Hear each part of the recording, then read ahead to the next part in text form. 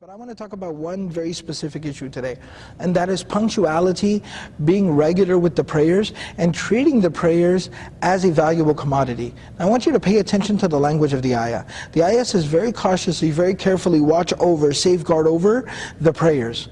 The Quranic language is very vivid, it's very powerful, and it invokes certain emotions within a person. And so when you think about this, it basically, I'll give you an analogy, that Allah is telling us to watch very carefully over our prayers. Think about having a diamond or some valuable jewel or your most valuable asset, commodity that you have. How do you go about in protecting it? You take a room that's solely dedicated to the protection of that item. You place that large diamond in the middle of the room in a case with an alarm attached to it. Then you have cameras lined up along the ceiling and the roof and the walls, looking down, pointing down, watching over that diamond. And those cameras are connected to monitors where 24 hours a day somebody's watching and making sure that it's safe and it's secure. Allah is telling us that same level of commitment, devotion, dedication needs to go into safeguarding and protecting our prayers. Because salah is the most valuable asset that we have. It is the basis and the foundation of our relationship with Allah, and salah has the ability to improve, drastically improve all the different areas of a life. Salah trains the individual to improve himself, not just in terms of spirituality, not just in terms of his relationship with Allah, but it cultivates very important qualities that inshallah maybe if we have time later on in another video we can talk about. But salah cultivates certain qualities within an individual that help a person in his personal and even professional working life. So salah is such a valuable asset that we have to protect it, we have to safeguard it, we have to watch over it. We have to be careful about our salah. And some practical tips on how to be regular about the salah. The number one thing is punctuality. And some very practical tips for the common person. You know, when we go to the masjid and they have the times for the prayers fixed, Dhuhr is at 1:30. Then Dhuhr starts at 1:30. Even if the Imam is like 10 minutes late, we start Salah at 1:30. Why? Because the time was fixed. But think about when you pray at home, or you pray at work, or you pray at school. You know Dhuhr time starts at 1 o'clock and Asr comes in at 4 o'clock. So we usually feel very flexible. Okay, well, I'll pray Dhuhr whenever I get the chance. Right now I'm doing some work, right now I'm doing some studying, right now I'm cooking some food, or I'm cleaning my clothes, or whatever it is, whatever I'm busy with right now, I'm with a customer, let me go ahead and do all this stuff. I'll pray Dhuhr when I get a few minutes in between. That is us not safeguarding, protecting, and treating salah as a priority. That's the right word. I want us to start, inshallah, treating salah as a priority. That's what we need to do. That's the lesson that we can take from here. Salah as a priority. What that means is, you fix the time for salah. 1:30, I will perform salah. If you're at home or you're at work and you have co-workers, call the adhan. Line up and pray together in congregation, in jama'ah, 1:30.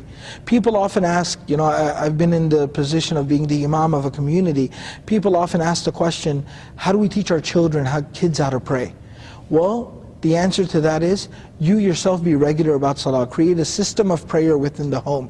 Create timings for the prayer. When it's 1:30 at home, the son is told to call adhan, everybody lines up and everybody prays at that time. Not that everybody's praying in their own rooms and they're praying whenever they get the chance. No, but treat salah as a priority. Make it important to you. And what will happen because of that? The kids automatically learn how to pray. So treating salah as a priority is very, very important. Not just in the masjid, not just in terms of the masjid, but even if you are praying at work or at school or at home, fix the time. Pray salah on the time. Pray in jama'ah, pray in congregation, go make wudu for it. And create a system for prayer. Be punctual, be regular about prayer. I oftentimes tell people, make salah into an event. Today when we go to work, we wake up an hour before, we get dressed, we shower, we brush our teeth, we eat our food, we drink some coffee, and then we head out for prayer. It's an event. Then we head out for work. It's an event. But how do we perform salah? Just, you're watching the game, you're doing some work, you're at home with the family. Whenever you just get a couple of minutes, you just quickly go off to the side, pray real quick, and go back to what you were doing. And then we say that we don't have focus or concentration, or we're not feeling the benefits or the power of salah. Well, it's because we're not treating it as a priority, we're not treating it as something important.